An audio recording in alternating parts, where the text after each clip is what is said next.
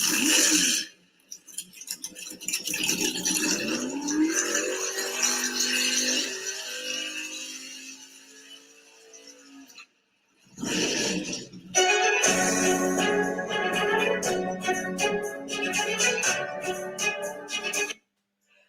said you can't teach an old dog new tricks?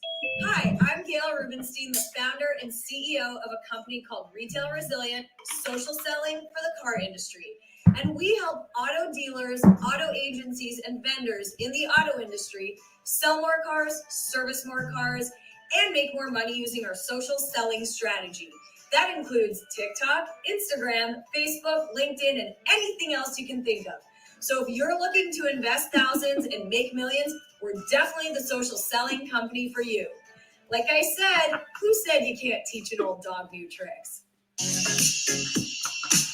If you run a service drive, you know these days first impressions matter. But when your advisors are tied up with inbound phone calls, they tend to neglect their other, more important duties.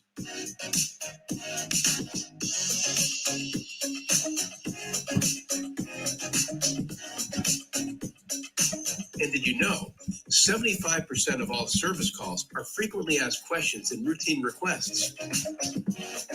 Still, the average dealer misses up to 30% of inbound calls, adding up to a ton of missed service opportunity and increased customer churn. 68% of callers actually go elsewhere if they can't get through, which means you could be losing $60,000 to $70,000 every month in service revenue simply from missing calls.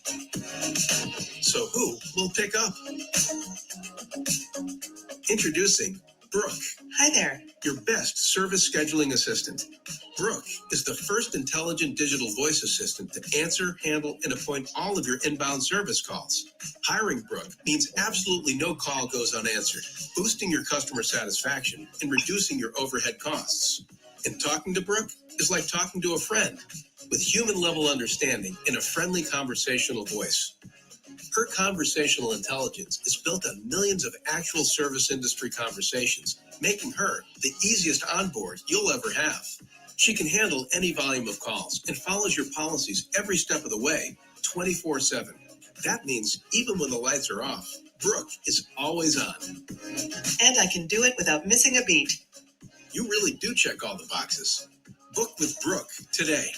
Visit Brooke.ai or call 866-942-1236.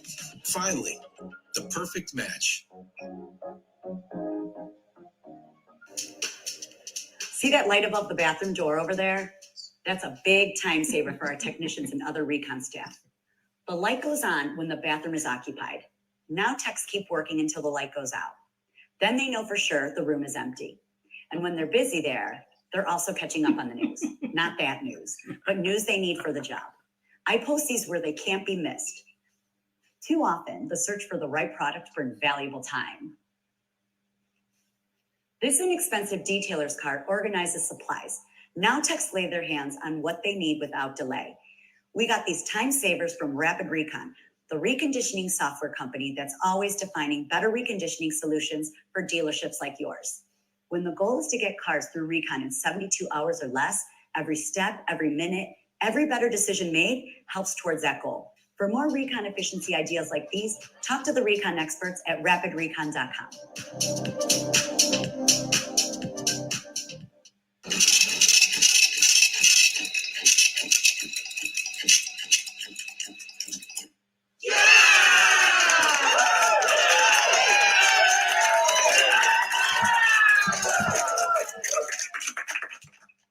Good morning and welcome. If you are going to be at Canada's Used Car Week in Toronto, that would be June 27th to 29th.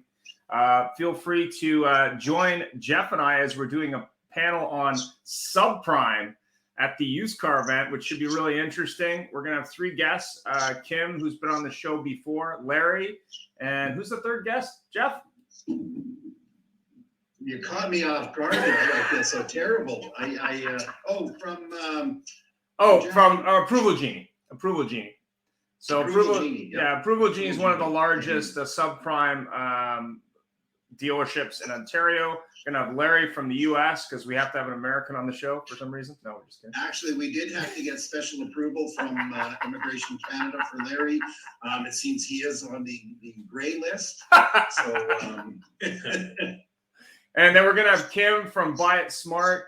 She's going to, I'm sure, bring the heat for the dealers who are, I'm sure, aren't expecting subprime at that scale. So it should be pretty interesting. So if you're going to be at Used Car Week in Toronto, it's from the 27th to the 29th. Our show will be on the 29th at 11:30. If you're not there, don't worry. We'll be streaming it. And usually it's one of the bigger shows in Toronto, in Canada for dealers. I think like 500 dealers, I think. Jeff? there is a new subprime initiative for financing EVs that are 5 years old or older at new car MSRP pricing. So that'll be coming up. Rock and roll. All righty. So it was kind of hard to, yeah, I'm already live. Kind of interesting with books. I wasn't sure what to do. So my inventions, I think every electric car maker probably owes took their hat off to Nikola Tesla, who basically came up with a lot of the technology that's in every electric car. So I thought if you're not already looking at him, you probably should be, even though his name is obviously on a car company. The electric vehicle conversion handbook, which I thought was really interesting because I think there's going to be a lot of money to be made in converting existing vehicles to electric, because I think that selling everything electric is going to take longer than governments seem to think. And then Elon Musk on how it's a really good book on him. So if you're familiar with Musk or you want to be, it's a great book there. Go ahead with the disclaimer, Jeff. As always, of course, we do say our disclaimer because the views and opinions of the AutoHub show are not necessarily that of our guests, which are their own, and we disavow any knowledge of anything we don't agree with. And if you'd like to see more, please check out the actual disclaimer on the AutoHub show website. And also, we need to do a special shout out to one of our guests who was supposed to be on today. Unfortunately, her mother has had a stroke, so she couldn't make it. So our prayers are with her and her mother as she recovers in the hospital, I think in Toronto. Is that where she is? It's in Toronto. It's Katrina Gentile, who's a journalist who's big on EVs and has probably driven more EVs than our friend Brent there has, just because she gets invited to all the cool new stuff. So nice. So yeah. our EV's worth 50% more. That's the show. So let's get into it. Go ahead, Jeff.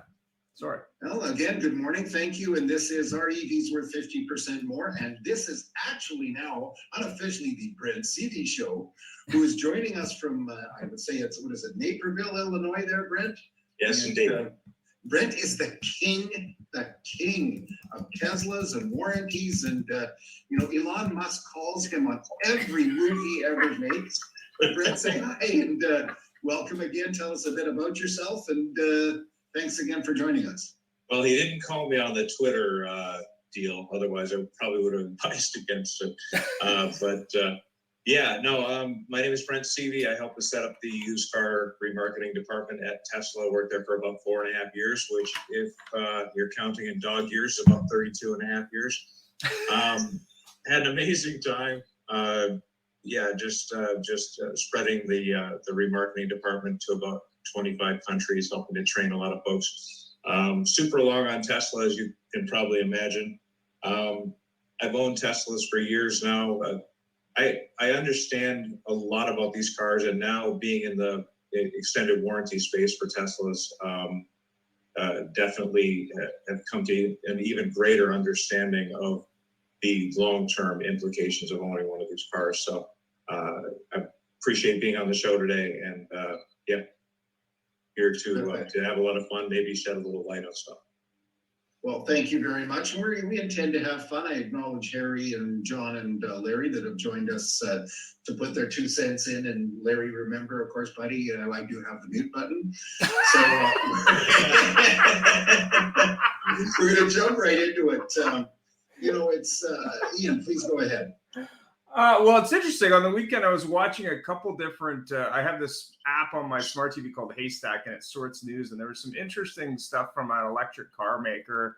I guess a pundit, not per se on either side, but talking about electric cars. And the thing that was interesting about what he had to say was he was really getting into the The range piece, which I thought was really interesting, because a lot of people talk about strictly the cost, as you can see ahead on top of us here. But a lot of people, and this is something he said, because he was talking a lot about batteries and battery recycling and cost of vehicle and range and all that stuff. But the thing that he said, which I thought was kind of a novel point of view, was, well, how much range do you really need? And I think about vehicles like the Fiat E and the Smart Electric, and I think Volkswagen made one for a while. I think still makes it, that's kind of short range, and there's the Honda one in Europe that's very short range. But he said, well, do you really need 1,000 miles range? Does it really make a lot of sense to buy a vehicle like, for example, the Lucid Air with 1,000 miles range at such a cost, when you can really get by with one that, say, has, I don't know, 200 to 300 miles range? And I thought that was a really novel way to get into electric, but more importantly, hopefully to make it more affordable, because most people don't drive 1,000 miles in a day. I mean, that's just not most people. Well, I mean, John does, but everyone else doesn't, right? Well, I saw a post yesterday on LinkedIn about towing with a Model X, and they towed a luxury trailer, not an Airstream, but another brand I'm not familiar with. And of course, you get the pundits that come on the comments, which is really very funny. And they said on this Model X long range, whatever model they call it, the range dropped by 100 miles. So it dropped down to, I think, 350 miles. And the comment was, these days you can drive that far and you can make a stop and you can get either a supercharger or any charger, and you're up to 80% in 15 minutes or whatever it may be. And what's the point in talking about range? Because who the heck is going to sit in their car for 7 hours straight and not get out of it? And then, of course, the pundits come in. Yeah, I'll take an F-350 Super Duty over it any day. Yeah, that you can almost hear that tone of voice. Well, so it is funny, the range. Well, I'll have to give you a thought from Alberta, the land of Canadian oil. We were there last week, and it was kind of interesting because I was driving around Calgary, and then I drove from Calgary to Edmonton. And I live in Vancouver, so there's lots of electric cars here, obviously, because we're on the West Coast.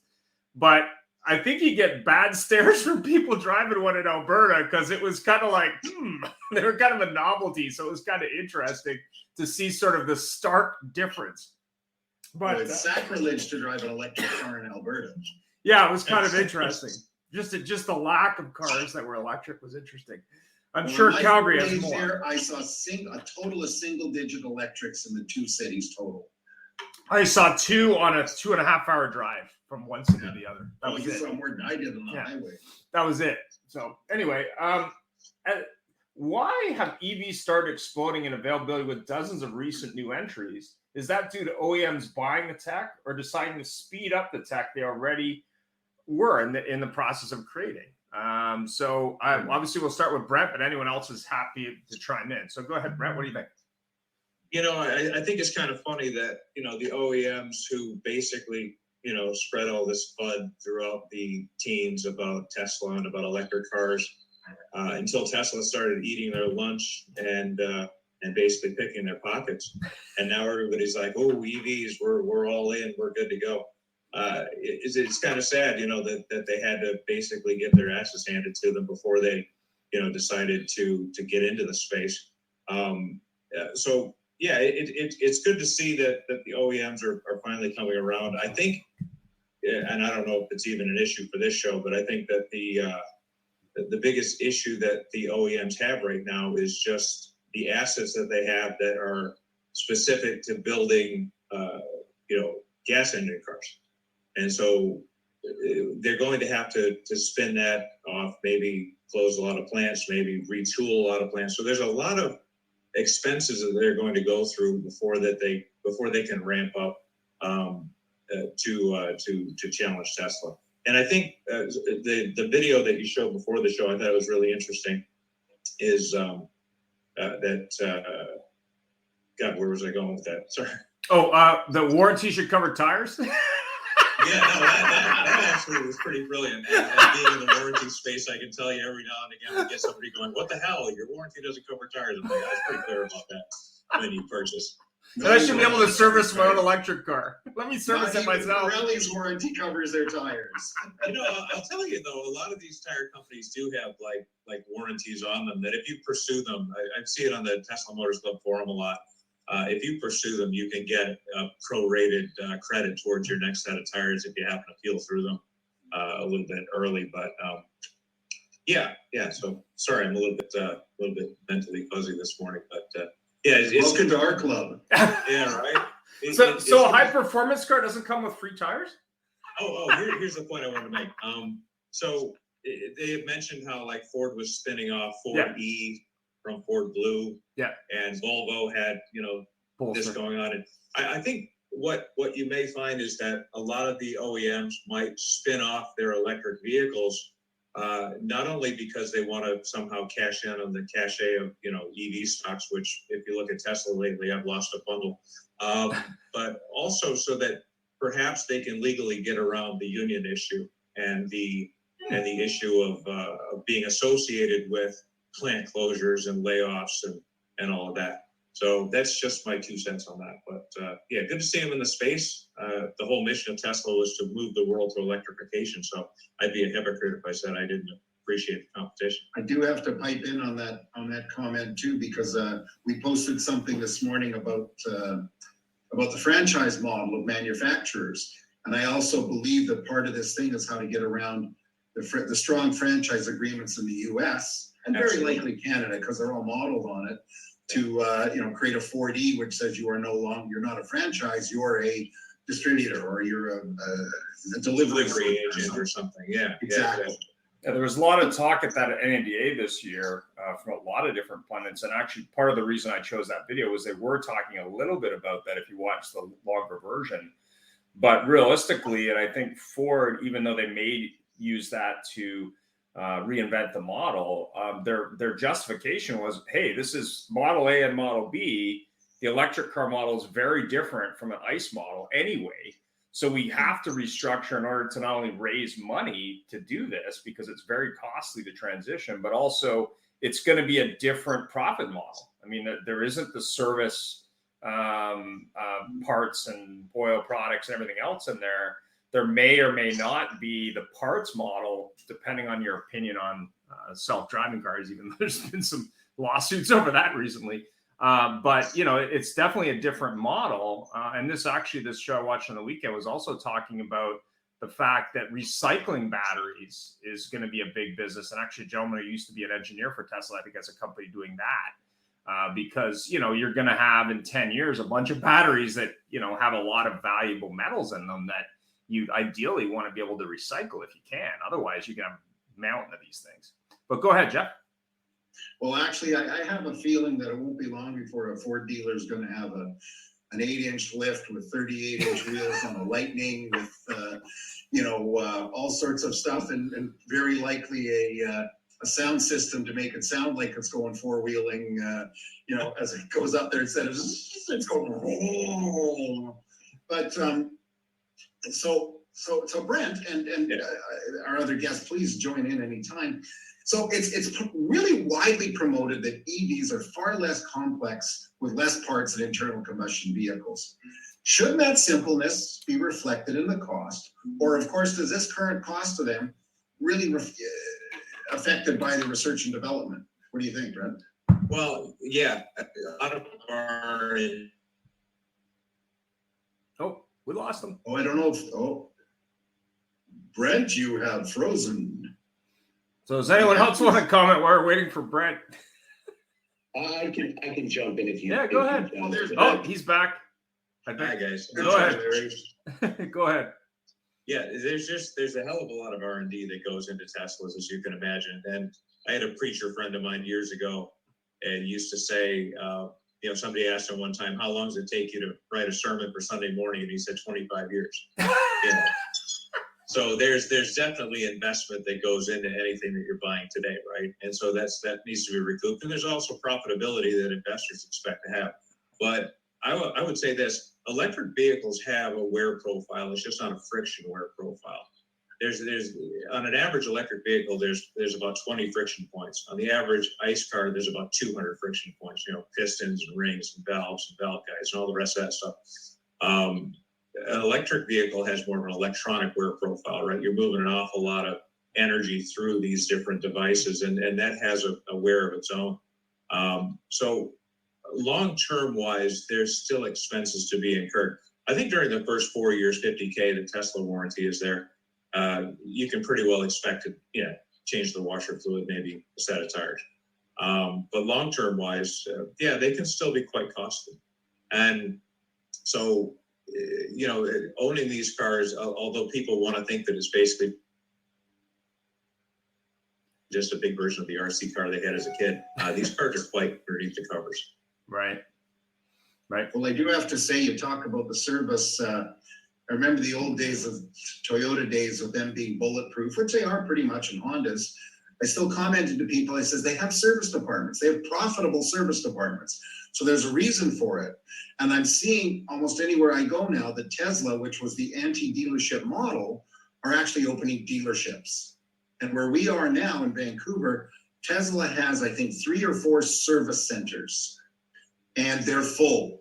And they took over a dealer in the suburb of Vancouver that was a Nissan store. And I go by there probably once a week, and there are a ton of plated Teslas lined up for service. So we have a very interesting point there that they're going to need service at something, and it's more than just every 100,000 miles a brake change, because they have regenerative braking, so they don't need to stop with brakes. Well, there's been some discussion around that, and a lot of that's to do with weight. So it's that's part of the reason I picked that video with tires is if you have an extra 1,000 pounds in weight, even if it's a gas car, you're going to have extra wear and tear on tires and brakes. I mean, that's just the nature of weight. So, but the thing that was interesting around me is we have a Tesla store a couple blocks away from me, but they actually took over a separate service department to handle that. But I think a lot of that probably has to do with warranty work, I would guess. I mean, I don't know. I've talked to some of the mechanics early morning when I walked, but I think that, the nature of any car is you're going to have some warranty claims. You're going to have some maintenance needed. And realistically, you still need to do at least annual maintenance with any car today. And I would assume Tesla's no different. You still got to do a maintenance every year. You got to make sure the thing's safe, right? No, actually, Tesla since 2007 are service as required vehicles. In other words, if nothing's wrong, you don't have to fix it. Which is, I mean, there's a few things. You should check your brake fluid every 3 years, make sure there's not moisture condensation in it, stuff like that. You should probably lube your brake componentry every few years just because of salt and corrosion. But for the most part, no, there are no annual maintenance on a Tesla and no really, miles wise. Isn't there brush and plug flushes? Yeah, exactly. And catalytic converters on Teslas are very expensive. So you want to get a warranty against that. I guess on the plus side, you have people stealing your catalytic converters like they are right now, right? Cutting them off your car. They're chopping them off in parking lots. So people are just under there with hacksaws chopping those things off for the platinum. One thing I wanted to bring to mind too is that a lot of people don't realize this, but Tesla built a great car to manufacture and a hard car to fix. And what I mean by that is they built everything componentized. They didn't build anything to service. So like if something goes wrong with your power seat in a Tesla, you have to replace the entire seat because the entire thing is welded together. The seat covers don't come off. You can't unbolt it from the floor and change the tilt motor or anything like that. So if you have to replace a seat because the heating element in it or the tilt motor in it is gone sideways, you're out of luck. The front seat on a Model 3 is $2,000. A mid-row seat on a Model X is $3,000. Headlights on a Model S or Model X are $3,000 to replace the pair. And guess what? They go out in pairs, and pretty frequently actually. Ouch. So I think you need to arrange for a pickup truck to back into you and drive away and do a hit and run claim. There you have it. It'd be a lot. Yeah, exactly. Your $500 deductible rather than $3,000 for a couple of headlights. So they built everything for speed of manufacture, right? Because when you can have these things just in and you just bam, bam, bam, throw them in the cars. But the problem is when it comes time to fix them, they really don't come apart to fix. You have to replace the whole component. So it's a well-kept secret of Teslas that they're super fast to manufacture, but they're real expensive to fix. So for dealers, and I know no dealers are selling used Teslas right now. So for dealers who are selling used Teslas, and we've had some on the show before talking about, not being able to, I mean, there's companies now that gauge the battery and the battery life, the remaining battery, and these kind of things. But also, if you're looking at reconditioning and you're buying that car at auction or as a trade-in, for example, probably not that common, but at auction, is that something you need to be concerned with in terms of reconditioning costs? The problem with Teslas is they're 97% self-diagnosing. And so if there's no light on the dashboard and there's no obvious creaks and moans and rattles when you drive the car around the block and over some bumps, it's pretty much, I mean, that's your PDI right there. That's your entire pre-delivery inspection on the car. There really isn't a whole lot outside of what it can self-diagnose. Besides, like I said, squeaks, rattles, moans, you take it for a drive. So by virtue of that, unless you're a Tesla dealer, and I say dealer with air quotes, you really aren't qualified to diagnose anything past that point. And so that's where we come in actually at Xcare, because, when you purchase a Tesla on the open market and you have no factory warranty, we basically pick up that slack and protect folks. What do you require a dealer to provide for you if they want to sell a warranty? I got to preface this by saying we're not in Canada. We'd love to be there, and our long-term future plans are to be in Canada. No, we really don't require a whole lot. We do require that they're going to move a certain amount of EVs, right? We like to focus on dealerships that are heavy in the EV space or entirely in the EV space. There's Current Automotive here in Naperville, was the first entirely EV model in the country, actually, and they do an awful lot of Xcare. But we just want to make sure that we control the customer experience.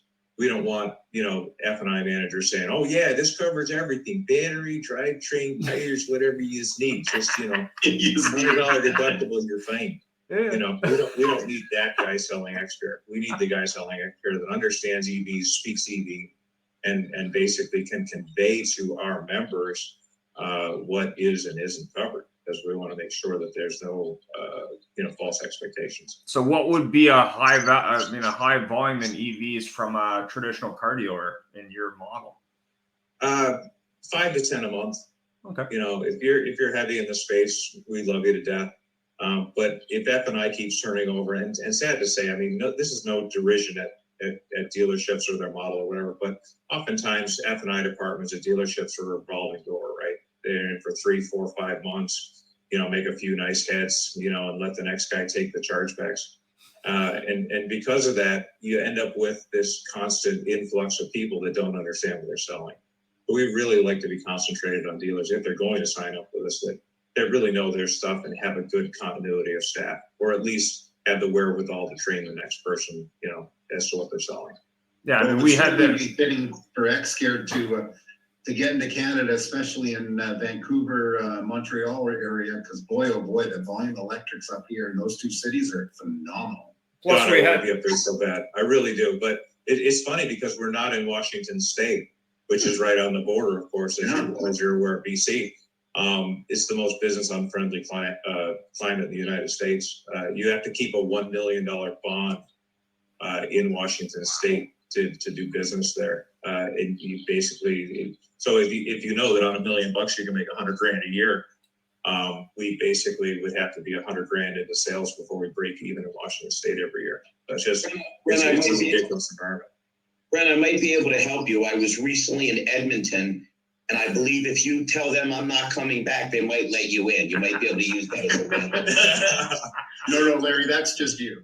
Okay. Well, we did have a gentleman who actually runs an all EV model out of the Steel Auto Group that has locations in Canada and the US, and they bought a company that just sells electric used. So it's kind of, and they're expanding that model. So it's kind of an interesting model. And I think there's similar models in other countries as well. But it was interesting that Steel, who I think had 40 stores at the time or something like that, bought this model. And we had the gentleman on talking about sort of EVs, I believe. It was really interesting sort of hearing like sort of what their short and long-term goals were. But what do you think in terms of when EVs will become more affordable? If you're looking at sort of that average car price of say between $25,000 and $40,000, depending on where you are, do you feel that EVs will eventually be sort of at even with an ICE car in terms of price? And when do you think that's going to be? Well, the tipping point has always been $100 per kilowatt hour, right? And so we're rapidly approaching that. As a matter of fact, I think Tesla's already broken through it. But I don't know the stats on that. But yeah, I think the point made earlier that most people don't travel, 500, 600, 800 miles, right? Yeah. Most people travel 40, 50 miles a day, right? 10 miles in and out to work, take kids to soccer or whatever. Even if you have a mildly, bigger schedule than that, overnight charging at home can basically take care of all of your needs. So I think that there will be parity with gas engine cars when there's parity mentally in people's heads about what they need from their car. And when people come to the realization that they only need a couple of 100 miles a day maximum, that will be the tipping point, I think. And people are starting to realize it. They're starting to look at their habits. But honestly, aside from that, I think the future of automotive is not ownership at all. It's basically EVs picking up and dropping off people all the time. Because most of us, our cars are sitting literally unused for 23 hours a day, 22 hours a day. And so if you can have people get over the idea of personal ownership of cars and actually get into the idea of just being picked up and dropped off, when we get to a point where you can guarantee somebody in 5 minutes that a car will be there to take them wherever they want, then we'll be in that world. I think that world's about 10 years away. That right now we're still in a world where people want to own a car because they want to.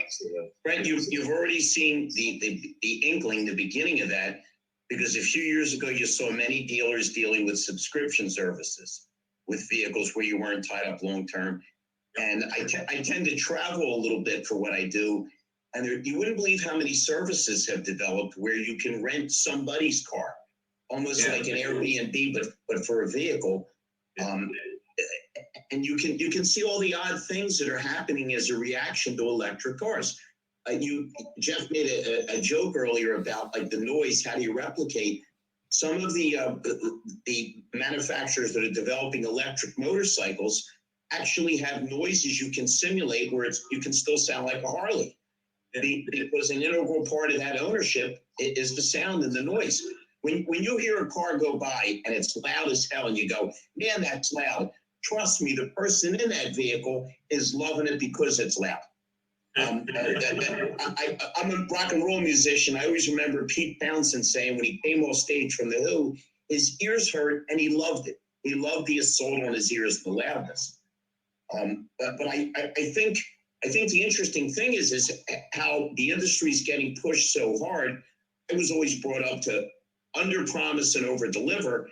And it kind of seems like everything's getting pushed to let's do this immediately when we're not prepared immediately, either physically, in terms of how to get people on the road to keep them. And I agree with you 100%, Brent. Mentally, people aren't there because I can tell you, and I'm not exaggerating, I'm betting you and Ian and Jeff and Harry have had the same experience. You're just about to run out of gas, hoping you make it to a gas station. And once you get that, you still have that fear in your head, where am I going to find a charging station? So you know, and I know, whether it's practical or not, perception is always reality. Yeah, no, that's very true. That's very true. And, Tesla actually has a big leg up in that regard because their navigation system is actually optimized for their supercharger network. So when you are driving, it tells you where to stop. It tells you what stops are coming up, and you basically just pull over and charge. So you put your destination in, and your car basically tells you what to do, walks you there. So I'm aware of that. Elon, when he couldn't get you on the phone today, reached out to me. Man, am I tired of telling him how to use his iPad? What is it with that guy? I just want to tell him to just buckle down and run for a little bit. That'd be nice.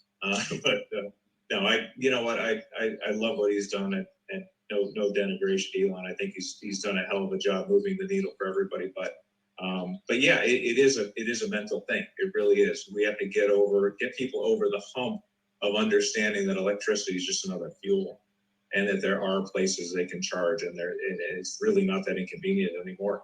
I love the fact that I don't give a rat's ass what gas prices are. because I don't care, right?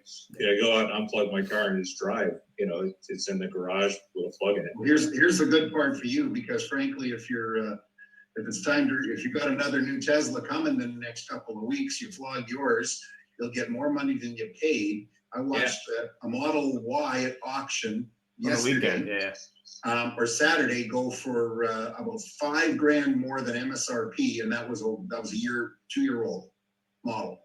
Which is kind of amazing. I sold my Model X last November, and it cost me a grand total of $4,000 to drive it for 4 years because I sold it and recouped just about everything I paid for it.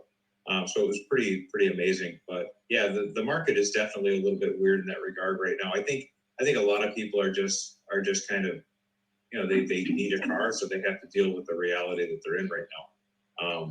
But I think too, finally, the car salesmen have the upper hand. I mean, for years I sold cars in the traditional dealership model, and you'd have people coming in with all their printouts and their notes and everything. And I know what you paid for this car, and I know there's dealer cash and blah, blah, blah. I'm willing to give you $100 profit. Oh, that's awesome. $100 isn't going to pay me, and isn't going to pay the mechanic that isn't going to pay for the full tank of gas we put in your car. So the tables have turned right now, and auto salesmen are actually making some good money on the fact that they're in, no pun intended, the driver's seat right now. Yeah, although we do believe that something's going to happen there, which we've discussed many a time. But it's very nice. What the top salespeople always did with customers that started playing that game was, what, sir, thank you so much. I really enjoyed talking to you. But, if that's all we're talking about, then let me introduce you to somebody else, and let me send you down the street to another dealer to do that. Now the customer goes, hi, do you have a car? Did I get it today? Can I get one someday? Maybe. Well, it's interesting what Larry brought up about the sound for cars, because I was watching a test drive of the new Harley Live. I think it's called Livewire. Anyway, it's their new electric, and their initial prototype, they had a jet engine sound, but they're now talking about vibration, not sound. So the actual motorcycle vibrates, but there's no sound. But in one of the other electric shows we had, I think it's Harman Kardon or one of these, they're actually working on a model to actually sell you whatever sound you want for your electric car. So they're working on that. So there's definitely a lot of movement in that, because sound is definitely something that people are conditioned to. But having test drove most Teslas myself, I would say that the lack of sound is also an advantage, especially if you're a music fan. So that it's kind of, depends on what you need. I'm sorry. I'm a big fan of the Millennial Falcon sound. I'm sorry. Well, a lot of people don't know this, but Henry Ford, when he came out with the Model T, actually had an option where it would whinny like a horse. So, people really needed to have that horse sound to really feel like they were, driving a real vehicle. He's the same guy that said, he's the same guy that said you can have any color you want as long as it's black. Yeah, because black dried the fastest. He wanted to get his cars on the road. He tested all the paint colors, and actually black dried the quickest, so he went with black. But I think it's mildly ridiculous that we're trying to make ICE cars sound like, we're trying to make EVs sound like ICE cars. Yeah. I think motorcycle-wise, though, it makes sense, because loud pipes save lives. If you don't know that there's a motorcycle next to you, and he's a real small presence in your rearview mirror, I think it's important that they have some noise, by virtue of the fact that they don't want to get hit. But I think there's also something to be said for the stealth value of a car, that you can stomp to the floor, go 0 to 60 in 1.9 seconds, and not make a single peep of sound. Because nothing draws a cop more than loud pipes. So whoa! I got a ticket yesterday for going 10 miles over the speed limit, and they couldn't hear me. So no. I mean, disclaimer down the bottom, don't do this. But and Endgame though is, and you said about being a music lover, it's really nice to have just a nice silent car, so that music can just, be pure and simple. Yeah, because anybody. I'm sorry. Go ahead, Brent. Yeah. Is anybody talking about our government? Do we have enough electric to really go around if this country switches to total electric? And also, nobody talks about where that electric power is coming from. Well, Is it a coal-fired plant? How many wind-generated systems are in the country right now? Not enough where there's no pollution from it. And nobody talks about that half of the transaction. Well, it's interesting. Actually, here you bring up a really good point, and it was something that people brought to my attention when I was selling cars to Tesla. The average power plant during the night, which is when most people overnight charge their cars by sticking the plug in them, but most power plants at night are actually horribly inefficient because they're very power plants are at their best efficiency when they're running at a certain speed, right? And so what happens with a lot of power plants is to maintain efficiency, they actually ground electricity at night, literally ground it, send it to ground. Because if they go down enough to demand, they're not efficient enough. The speed of the turbines and everything else is like a tipping point, right? And so actually having more people go to EVs, they won't be grounding as much electricity at night that they're producing because they have to maintain a certain speed, a certain production to be efficient. So a lot of electricity is wasted every night that could be just going into your car. Also, a lot of people are going to rooftop solar along with their cars. Tesla will sell you a solar system for your house as well. That's amazing. Actually sheds snow during the wintertime because of the heat generated by the panels. So at the end of the day, I think a lot of that argument, unfortunately, comes from the petrochemical industry that sees their market share slowly slipping away. But yeah, the real economics of it are that charging at night is not only cheaper for people, but it's also environmentally more sound because of the fact that the power plants are going to overproduce at night just to maintain efficiency. Well, the other thing, and they were talking about this, I think even Ben Stock was talking about this in Manhattan, but is really, can the grid support 100% EVs? I know we're not getting there overnight, even though politicians would want us to get there. Realistically, I think it's going to take years. But, to your point, I mean, when you look at British Columbia versus Ontario, for example, or probably a lot of West Coast cities versus Central or Midwest, I mean, virtually all our power in BC is already generated by hydroelectric anyway. So, I mean, we really, the power source is that. The question is really the grid and the charging infrastructure. When you look at big cities with maybe a lack of, in condo developments or other housing, a lack of charge points, that's a big question. I think Ben Stock said, yeah, you got to sell a 300-foot electric cord with it in Manhattan to charge the thing, which I thought was kind of funny. But Jeff, you had a question? Go ahead. I'm the president of my condo association, and it's a 7-story building. And we're talking about putting charging stations in, but the cost, because of how our building is set up, where we would need the charging stations, it's just prohibitive for us. I mean, someone who has an electric car, and then how do you give that spot out every night? One person gets it, or they got to be out of there in a half hour in the middle of the night. And a lot of discussions are happening about it.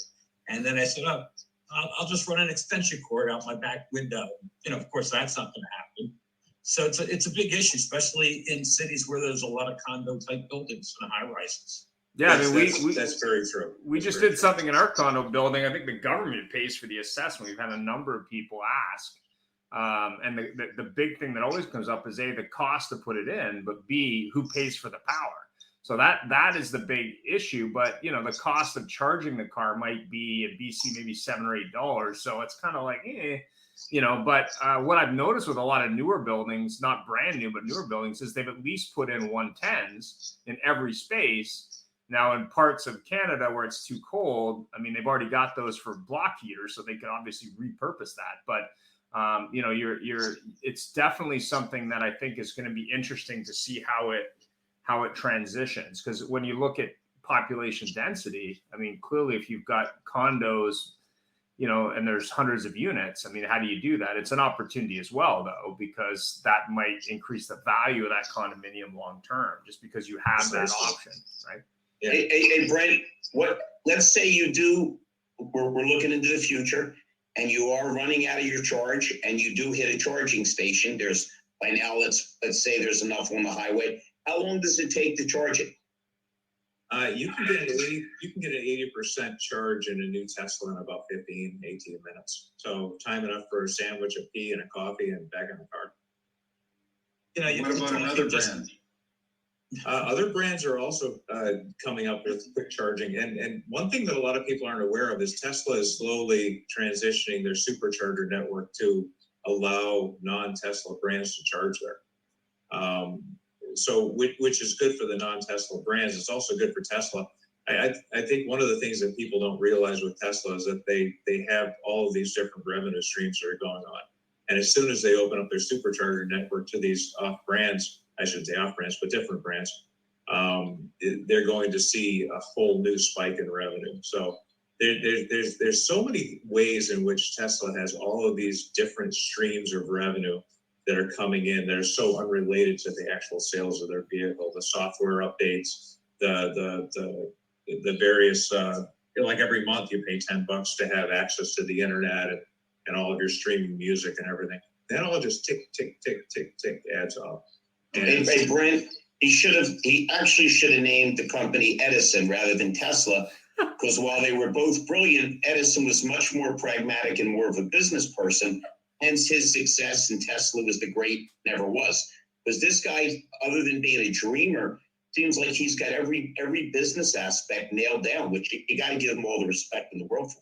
Well, maybe Tesla was easier to get as a name. Well, I think Edison probably, they would have had a fight with half the power companies in the U.S. that are somehow have Edison in their name. I have to tell you, speak about a business model. I saw Charger the other day, and a lot of people in big downtown cities, they'll park their EV car at a parking lot charging area, and they hook up the plug and they walk away, and they don't charge their car. They get free parking and they walk away.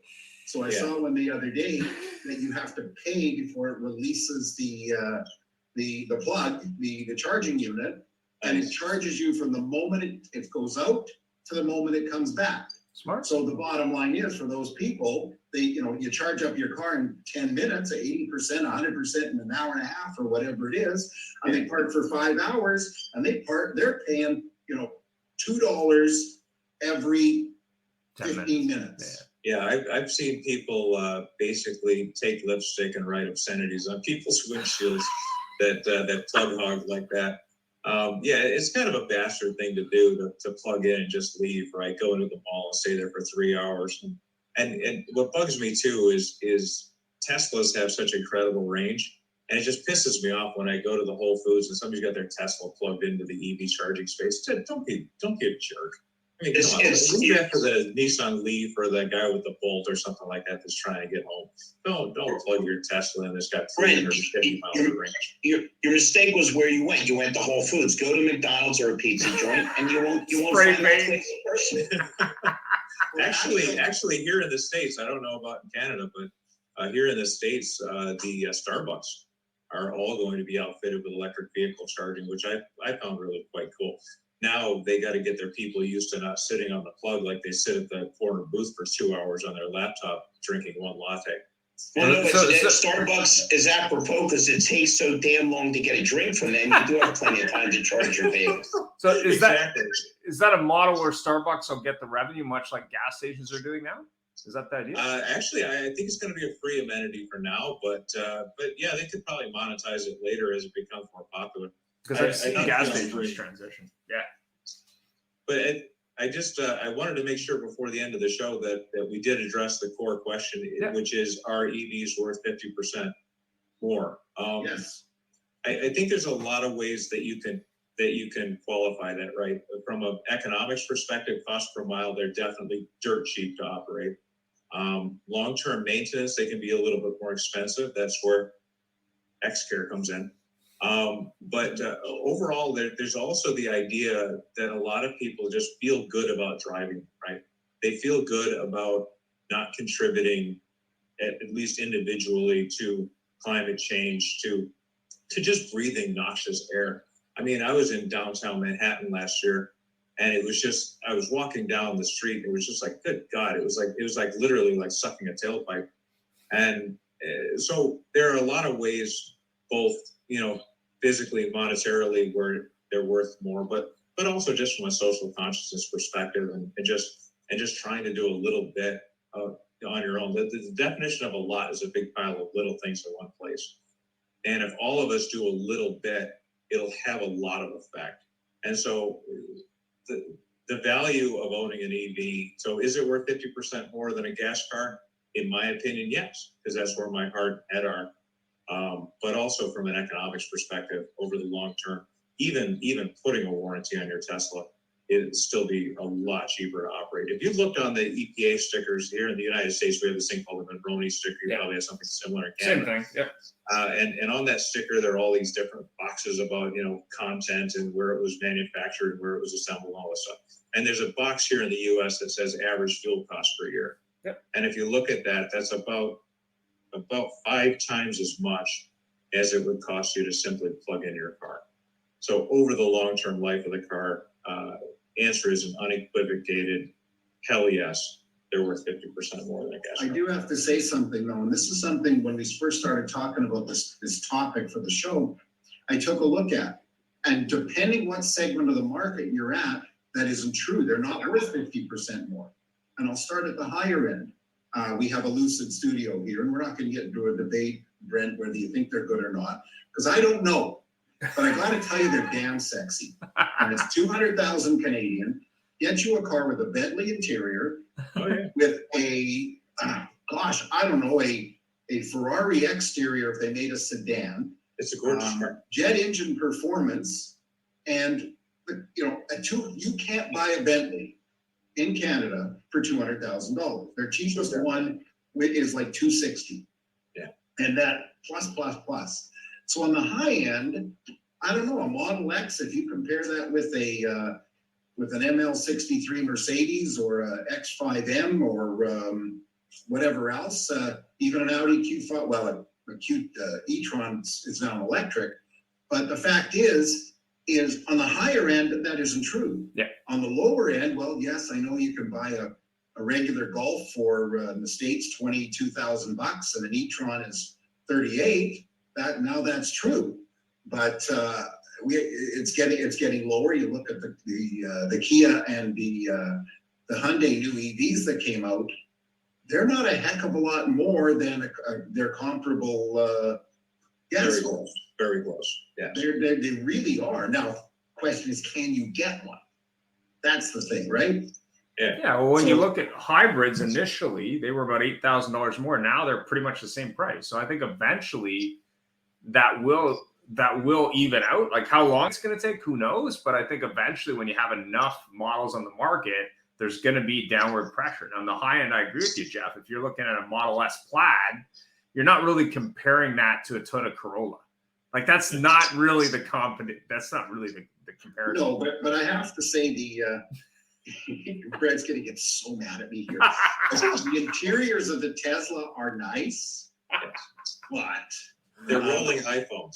They're basically an iPhone that goes really fast. Yeah, exactly. And they are a smidge faster than the Lucid Air, whatever it is. But as I said, sitting in both of them, I got into the Lucid and I went, oh my God. Because it has that, what do they call their interior? It's eco-friendly leather. Je ne sais quoi. Which isn't vinyl.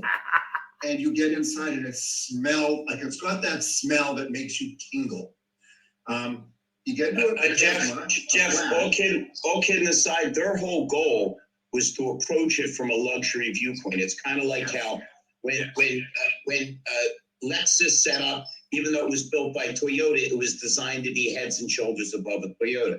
Same thing with Affinity, with Nissan, and Acura with Honda, and definitely with Hyundai, with the models they have now, where it's just night and day, compared to what a Hyundai is. So that I'm not 100% sure that's a fair comparison, because as much as Tesla seems above the market, Lucid was designed to be above them. Correct, Brent? It was designed to be a luxury model. Yeah, very correct. And also, if you consider how many synthetic cows have to die for the interior of a Lucid, the conditions that they raise those synthetic cows in, it's really sad. It's really sad. I'm getting a little skeptical of your motives. You kind of remind me of John Denver throwing beer cans out of his private plane while talking to John Kerry about the environment. I just have a feeling if I went to your house and we looked behind the house There'd be a Camaro SS, and you'd be laughing at people broken down with their lower model Teslas. It's okay. You got to say ass and rat's ass 2 or 3 times. I'm permanently banned from 11 Providences. I don't get it. No. Here's the truth. Brent goes out for a drive in his Camaro SS with a 454. He wears a wig and glasses and a big long-haired one. He sticks on the fake tattoos with his tank top, and then he goes for a ride. Wait a minute, Jeff. Brent, did I hear wrong? Did you say you're from Michigan? Illinois. Oh. Illinois. All right, well, that's close enough. You're in the heartland of Ford, Chevy, Chrysler. I was just in Canada. This is saying I hate hockey. You know what? You would be surprised how many Teslas I sold into Michigan. I actually sold 3 people from their state legislature Teslas. So it's amazing. Wait a minute. You're telling me a politician wasn't sincere about his constituency? Now I'm I know it's a shock. I know it's a shock, being from Canada where they all are sincere. Here in the United States, we have a sincerity problem, at least in Michigan, vis-a-vis Tesla, that's for sure. Well, it's here's a question I have on my list too, though. So what do you think is going to happen with road taxes and with the stuff where the government's all tax fuel up the wazoo? Yes. And they use that, they say, to pay for roads, to pay for infrastructure, etc. Yes, I think they use it for the 747 with the non-synthetic leather seating. What are they going to do to make up for that taxes as EVs grow more and more and more? Watch your electric bill. Yeah, well, yeah, exactly. That they may indeed do that, or they may meter your home charging. That could be a way they could do that. Also, a lot of these cars now are highly connected to the internet. They have over-the-air software updates, etc. So there could be a way that state DMVs could basically just tap into that and have a use tax, miles per year. I've always been a fan of license plates being tied to the gross weight of the vehicle. So if you drive a big fat F450, Ford, you should pay more than the guy driving a Corolla because you're doing more damage to the road as you. No. That's a work vehicle. That's a work vehicle, man. All right. Well, you can have ones that are purely plated for work that are probably like they have the plates for over the road trucks. But Brent, I'm based out of America too, and you winced the same way I did when earlier on last year they were talking about a mileage tax. Yeah. They'll never underestimate the government's ability to tax. They'll find some way, shape, or form. Well, there was a case in the I think it's in Australia. There was a gentleman who's a big EV pundit online, and they put in a kilometer tax on EVs. We had to take a picture at the beginning of the year and a picture at the end, and then you submitted it, and then they taxed you. Well, they overtaxed him. They sent him a bill for 25,000 Australian dollars, and then when he refused to pay it, they said, "Okay, we just won't let you drive the car." So now he's fighting them in court. So I think there's definitely some interesting stuff going on there. And I think it will be as the scales tip. It's going to be an interesting political dance because the other argument, at least in where I am, is the environmental impact of it. What do you do when the environmental impact is negligible or not as much? Do you charge them less? How do you do that? So I think it's going to be interesting to see how that happens. But I think infrastructure definitely has to be supported. Where that money goes, who knows? Politicians. But that's the same argument, Ian, they've had for years in America. They just have a flat tax, and you pay as per what you consume.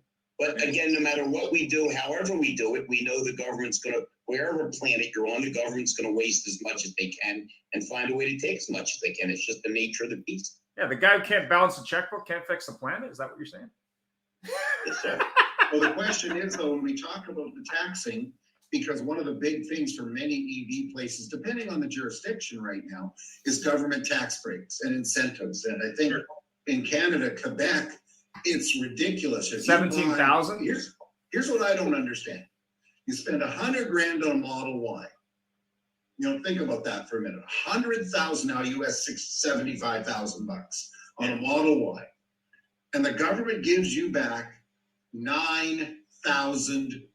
It's more than that in Quebec. It's $17,000 on an EV, some provincial, some I'm trying to federal. make this for Americans because they don't understand Canadian. Okay, $10,000. Yeah, 10 grand back. I got to tell you, Hey, Jeff, we understand when Harry and I got pulled over for speed, we explained we confused kilometers with miles per hour. There you go. There you go. I tried that in the States. It worked for me once. Actually, sorry, it's in Canada, and I was driving a U.S. sourced vehicle with no kilometers on. Sorry, it wasn't in the States. In the States, if you're going, if the speed limit's 55, and you're doing 55 kilometers an hour, you're going to get run over by even a Fiat. But so, do you think? How long do you think this is going to continue, where people are going to pay huge premiums for EVs, Brent? Well, I think, to address the original thing about government incentives, I think that there's a tipping point where they're going to slowly peel those back. They did that here in the States, and they'll probably do it in Canada sooner or later. And to Larry's point, as soon as the government realizes that their gas tax revenues are going down, they're going to find another way to pick your pocket. So ultimately, it's just when that tipping point occurs, when governments understand that their social engineering has worked, and then we're going to see some type of use tax is my supposition. But yeah, at the end of the day, I mean, the governments need money to pave roads, and if we're using the roads, it just makes sense that sooner or later we have to pay for it. So it's been a nice ride so far. Well, federally in Canada, they actually have an EV rebate, but that stops at basically the upper mid-level of an entry-level EV. So it's 45,000 Canadian, which gets you into a base model EV6 or a Leaf or even a Kia Soul electric. But once you put in a sunroof, you don't qualify anymore. Because it just puts it that much over. It's hilarious. Yeah. And there was also some discussion, which was kind of interesting. Some companies, I'm not sure if it's VinFast, there's a couple companies now that are trying to break the battery out and charge you for the battery separately. So like you're buying the car, but you're leasing the battery as a way to make it more affordable, which I thought that kind of died, but I hear that's still around. So I guess there's some companies that are still trying to look at ways to amortize that and make it more affordable too. So there's definitely some creativity there for sure. Well, there might be something there. I mean, but I think ultimately, honestly, to my point from earlier, I think that we just need to work towards the post-ownership world, where people can just call up a car at any time. And I think Lyft and Uber have made a lot of people a lot more comfortable with the idea of not owning a car. When you can guarantee that somebody has a car within 5 minutes, I think car ownership will plummet. Not only that, but you'll have differentiators. You can order a platinum pod, and it comes with a mini bar and gummies or whatever the hell you want to order. I actually see that point predominantly in the big cities, and in the how would I don't want to get there and make it a comment politically, but the LAs, the Seattles, the New Yorks, Boston, Toronto, Montreal, Vancouver, I can see that becoming in the core. Yeah. Because once you get outside, even here, we don't have an enormous amount of land in Vancouver because we're surrounded by water, border, and mountains. But even you get a little bit outside of the core, 10 miles outside of the core, and things are still pretty much spread around. And to be able to guarantee anything in 5 minutes there just isn't going to happen. But in town, I can see that, because even, I live in downtown Vancouver, and until recently, when I had to start traveling out regularly out to the suburbs, my wife and I were down to one car, and we would car share or Uber around here. And now their prices are going up, and it's almost not worth it. Jeff, you almost need to get some younger people involved in this discussion, because I'm kind of rooted to the fact that I like having my own car, and it's mine, and I feel kind of proprietary. Now, again, I know that Paul McCartney was in a band before Wings, so we may need somebody slightly younger than me to tell me what their feel and take on that is. And Brent, also, do me a favor when we're done reach out because I'd like to get more information. I'm a trainer, recruiter. I'm all over the place. And you definitely sound like you have a product that some people would be interested in. Yeah, I'd love to help you with that. As a matter of fact, why don't you hit me up on LinkedIn? We'll connect, and we'll get an offline conversation going. And it's interesting that you brought that up, Larry, because I stayed with my brother in Calgary. He has 2 daughters that are in their 20s. And actually, his sister-in-law was there with her, I guess, daughter, who's in her 14, 15 years old. The thing that was interesting was both his daughters, one of them has a car that she shares with her husband. The other one is finally starting to learn to drive, but she wasn't motivated to learn to drive for a long time because she just didn't feel the need for it. So a lot of it is like Texas mindset. Yeah. I mean, it I mean, if she didn't live a distance away from the city, which she does, she probably wouldn't need to be licensed. I mean, she just would do transportation in other ways. And I would argue the same way, it'd be Chicago, New York, Toronto, wherever it might be. Well, my argument was the old nature nurture thing, need versus want. Yeah. I mean, everybody on this program is capable of calling an Uber or doing this or that. But man, I'll tell you, when I get back off a trip, it's very cool to get back into my own car with my own junk in it. So, I'm probably showing my age, but there's a lot of things going on now that I never thought I would see or how I would see them. But who knows? Brent, you probably have your finger on it closer than I do. Oh, we could always take this out a little bit further and just like do away with marriage and just have like on demand, different. Oh, It's called prostitution. Oh, that already exists. Shit, I thought it was well, I was watching this show. I was talking to Jeff about it. It's a bunch of deceased stand-up comics, George Carlin and the like, and they were winning awards. So it was an award for, I don't know, some sort of award show. So they had George Carlin, Robin Williams, who's the lady comic that we were talking about? Oh, Joan Rivers. And then the gentleman who lit himself on fire and survived. Richard Pryor. So Richard Pryor was on some talk show, and the talk show guy was going, "Well, I heard you grew up in a brothel." Well, we called it a whorehouse. But getting back onto cars and EVs, Ian mentioned about the batteries, and the first time I saw a Rivian with that center tunnel, and right now they got a camp stove, I wonder if somebody's got a thought in their head at that company that is where we can put removable and replaceable batteries. What do you There's think, a discussion about that for sure. I know it's a little bit left field, but being totally untechy, what do you think? Well, removable, replaceable battery in that tunnel, that battery would be horrifically heavy. So I don't know. You'd have to. It's a lot of weight. Those things are just incredibly heavy. The battery on your typical Model 3 weighs about 1,000 pounds. Yeah. So yeah, they'd be definitely leaning, from the little I know about it, and I'm no expert like Brent, they'd be leaning more in the future to charging them than changing them out or shifting them around. Yeah, just the nature of where they're going. There has been discussions about that, swapping out the battery. I just don't think it's a realistic model for a lot of long range cars. It might be for like that new, I think it's a Renault. It's like, it goes like maybe 30 kilometers an hour max speed. It's like this little tiny car, like a smart car, but it's very cheap, but it's a city car. But and we've had the gentleman from Unity on before. It's again a city car, but I think for those, and even the gentleman from Electromechanica, which is very much, their model is a delivery car for like Domino's and stuff even. But, I think for that car with more than one seat, yeah, it's a little bit of a challenge.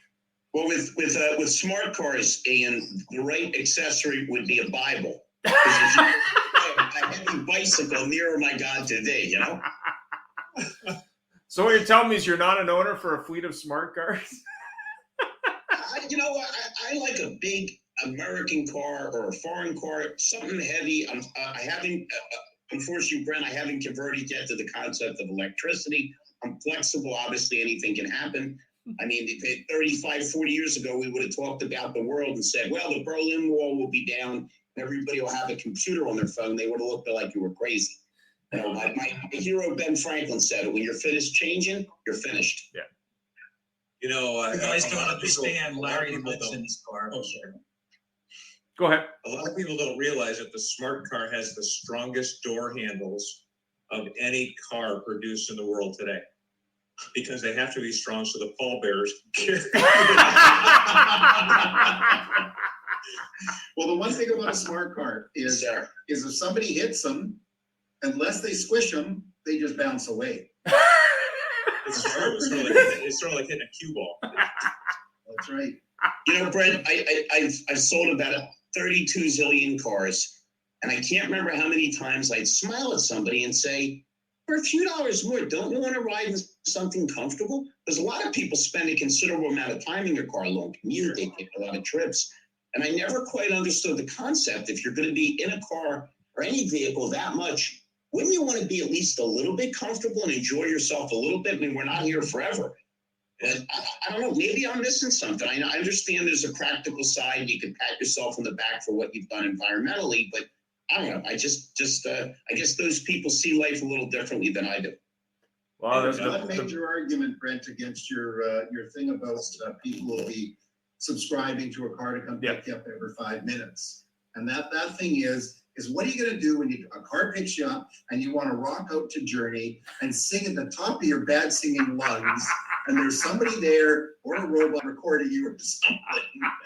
Nice. Where in your own car you're singing. So Jeff, we got 2 minutes left, just so you know. Thank you. Sorry, Brent, go ahead. He cut you off. He was so rude. No, all good. You know what? At the end of the day, that's what earpods are for. But yeah, you're never truly private, right? There's always some bozo next to you with an iPhone that can record you dancing. Well, hey, if it's the earpods, you're also going to need a face mask, like what's his name from Batman? So you just hear yourself unless you turn it on, because then everybody will get you. Brett, final comments, please. We try to finish up soon. You know, it's been a pleasure chatting today. I think a lot of what we've talked about today comes down to perception and people's idea of value, and just, not only the monetary value of driving an EV, but also the social value of it, the emotional value of it. And I think for a lot of people, it's worth a lot more to drive an EV just by virtue of those points. But at the end of the day, we all have to find what we're comfortable with. I'd like to see maybe a little less rancor on either side of the issue. I think there's quite a bit of stuff out there, from the oil companies that see shares slipping away, and just a lot of people that are resistant to change. I'd like to see a lot more people just accepting of people's choices. And I do believe that electric is the future, and I'm happy to have been my part of helping to build Tesla. And I think at the end of the day, the more competition in the space, the better. And I'm looking forward to seeing just amazing, cool stuff coming. Yeah. Well, thank you very much. Thank you, everybody. Harry, for your input. Larry, John being here. And we appreciate it. And of course, at the AutoHub show, we always have our topic, and then we go way off into left field. So, but thank you, Brent. I really appreciate you spending your time with us and sharing your expertise, because you give us a different view, which is really nice, because so often too many people are very polarized on their thing. No, electrics are the end of the earth. It's a conspiracy to get rid of American values. And on the other side, the electric strong proponents are saying, oil is the root of all evil, and that a certain gentleman in Russia actually just used that to drive up his share values of something or other. And so it's very nice to hear. I thank you, Ian. I'll leave it to you to close off the show. Yeah, definitely check out anything you can on the changing landscape. I think that when you look at it from a service model point of view, you look at it from an OEM point of view, you look at it from a strictly cost of ownership point of view. I think the biggest takeaway for me, as was before I hit even the show, is really look at how much you drive in a given week. I think people are buying too much electric car. Like that $100,000 dream car that's electric may not be the right car for you, not because of brand, but maybe because of range. I mean, I have a good buddy who wanted to buy one recently, and he ended up buying a used Leaf. And the reason was he doesn't drive very much, and he saved some money on the car, and it fits his needs. So really look at what your needs are and buy what makes sense. You got to start somewhere. And maybe that Model S Plaid or that Taycan 4S isn't the car for you. Hey, one last reason why a thing. Lamborghini Huracan isn't. Hey, guys, one last thing. In terms of throwing the baby out with the bathwater, I didn't even want to start down this road, but there are so many things that are built based or through petroleum that the whole concept of, let's just shut down the gas industry doesn't make any sense anyway, even if we do transition with our cars. Oh, 100%. That's my thought. 100%. I think you're going to see a lot of nuclear. That's my thoughts. Anyway, have a great week.